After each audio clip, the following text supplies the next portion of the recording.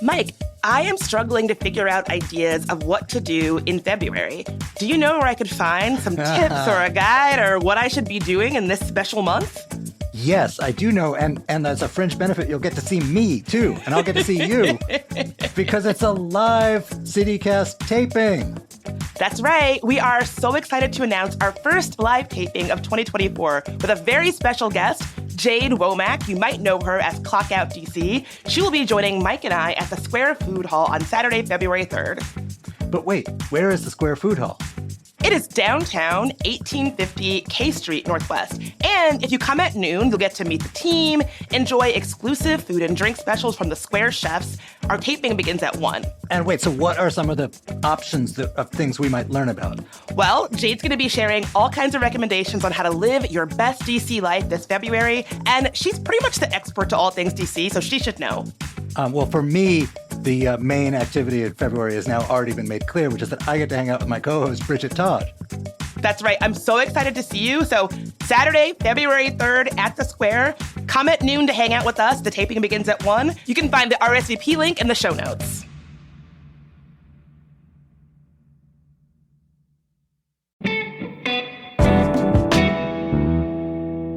Today on CityCast DC, we are talking about a fight over a cannabis dispensary that some parents say is too close to their kids' school. But I think the real story is that the city hasn't quite gotten its head around the sea change in laws and norms dealing with weed. Axios' Anna Spiegel has been reporting on it and stopped by to give us the lay of the land.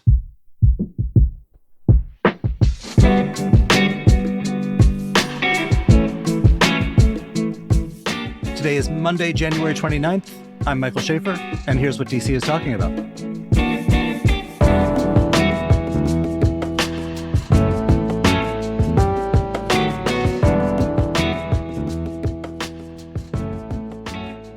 Hey, Anna. Hey, Mike. How you doing? I'm good. You wrote about this fight between a group of neighbors and parents and folks who want to operate a medical marijuana dispensary. Can you tell me what's going on here? Yeah, so, parents at Basis DC, which is a competitive Penn Quarter charter school, are kind of battling to stop this cannabis dispensary from opening only 253 feet away. Just so we can picture it, where in Penn Quarter are they? What street's it on? The Basis DC charter school is at 410 East Street Northwest. It's right near Ford's Theater. So what has been proposed there, and what do these people not like? So the proposal is that the cannabis dispensary will open only 253 feet away from the school. And that number is important because the standard rule in DC is that cannabis licensees, just like liquor licensees, are not supposed to be anywhere near less than 300 feet from a school, a youth center, or daycare. So it kind of exposes a loophole in the current legislation. So it's 47 feet closer than it's supposed to be. Yes. What do these folks who are opposing this fear that this means? Well, two things. One is that it sets a precedent for more cannabis dispensaries to move closer to other schools. So the current legislation, typically it's 300 feet. But during this transition period where marijuana gifting shops are applying to be in DC's the medical cannabis program, there's a provision that says they don't have to be 300 feet away as long as the school is zoned in a commercial or industrial area. This is the case with Penn Quarter. It could be also a case with a more highly... And this charter school is like right in the middle of a kind of bustling downtown block. Absolutely. And so I think they're worried that this could set a precedent for, more cannabis dispensaries to move closer to especially youth centers, daycares, places that are in highly dense areas. So I guess this is like a subset of the ongoing changes in weed rules in DC. So the medical marijuana was the sort of first step towards the kind of semi-legalization situation we're in now, and towards what people hope will be complete legalization.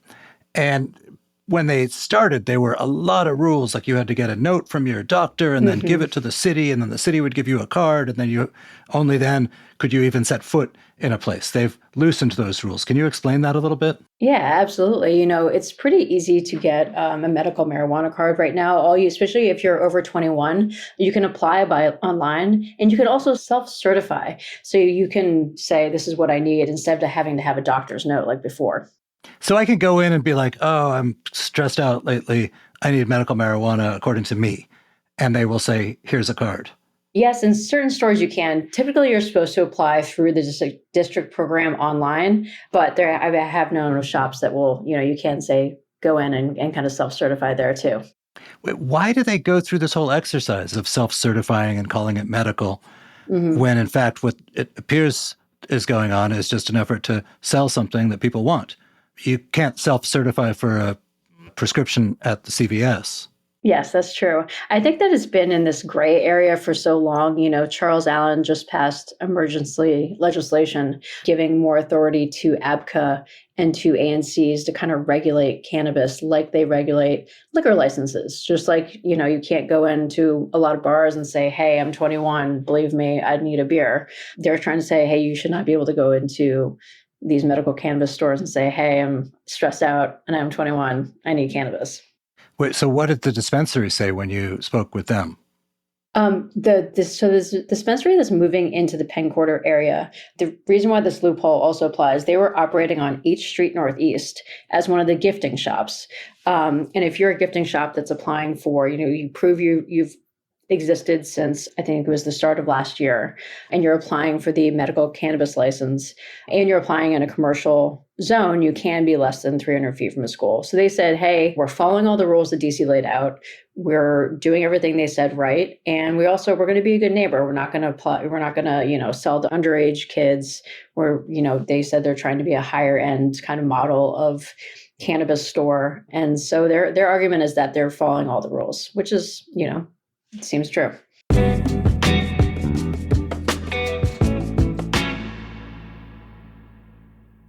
Speed into success. Learn French.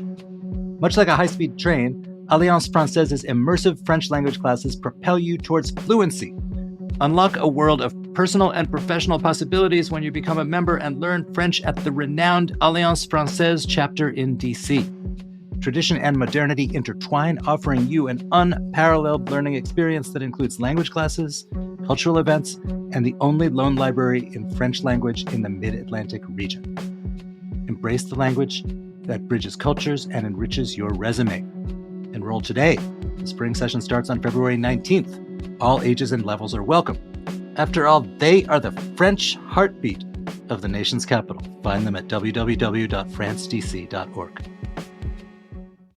There's a big difference between talking and reporting, especially right now with a fire hose worth of news coming your way. You know what helps? Having reporters in the field. I'm Brad Milkey from ABC News, and that's what we've got on ABC's daily podcast, Start Here. Every morning, Start Here takes you across the country and around the world for a quick, smart look at the stories that matter. It's fast, it's straightforward, and sometimes, gasp, news can even be fun. So let's meet up tomorrow morning. Listen to Start Here wherever you get your podcasts.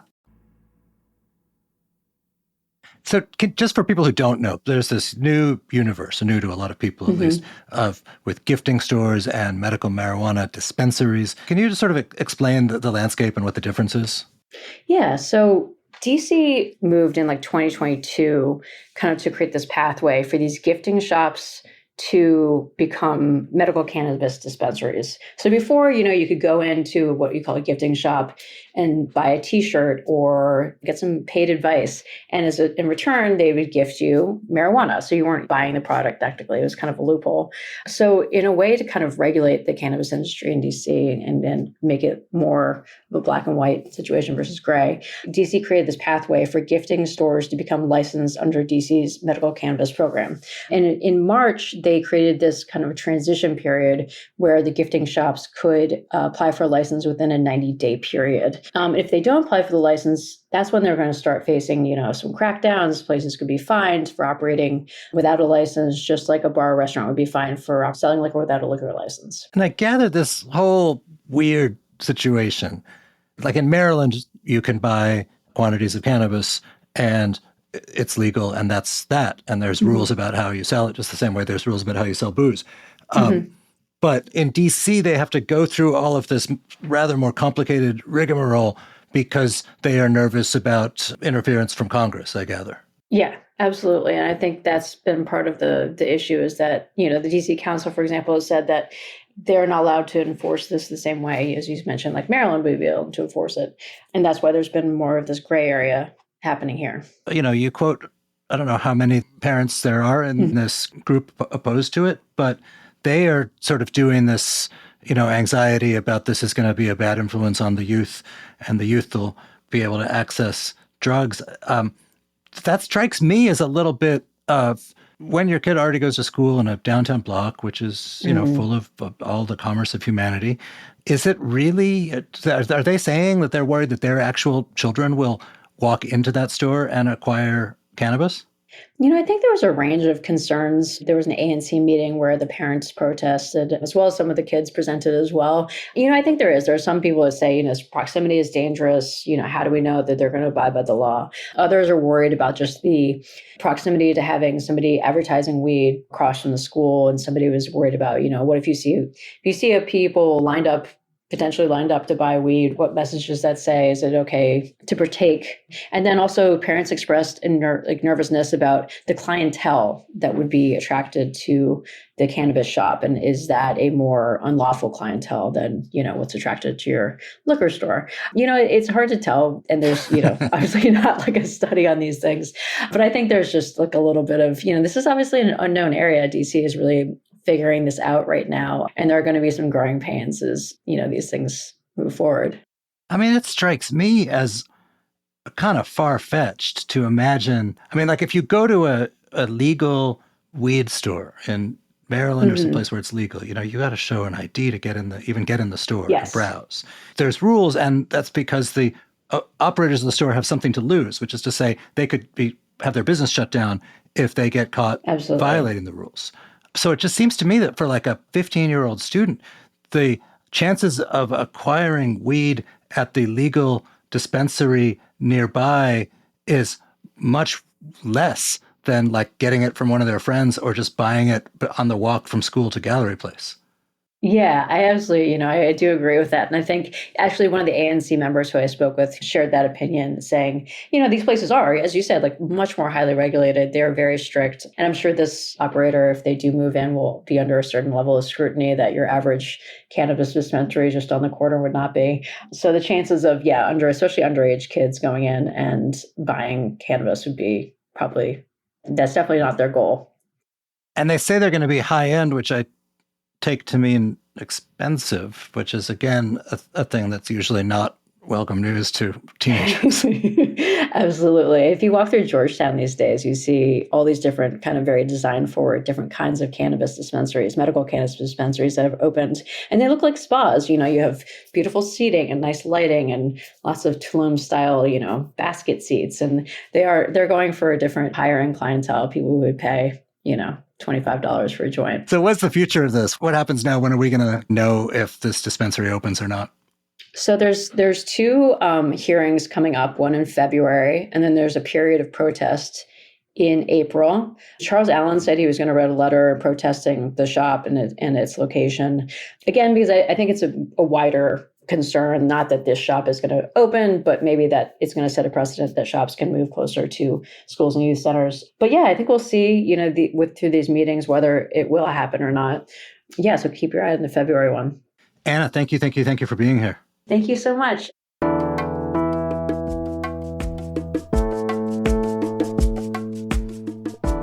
That is all for today here on CityCast DC. If you enjoyed the show, why not tell a friend, rate the show, leave us a review, and subscribe to our morning newsletter. We'll be back tomorrow morning with more news from around the city. Bye.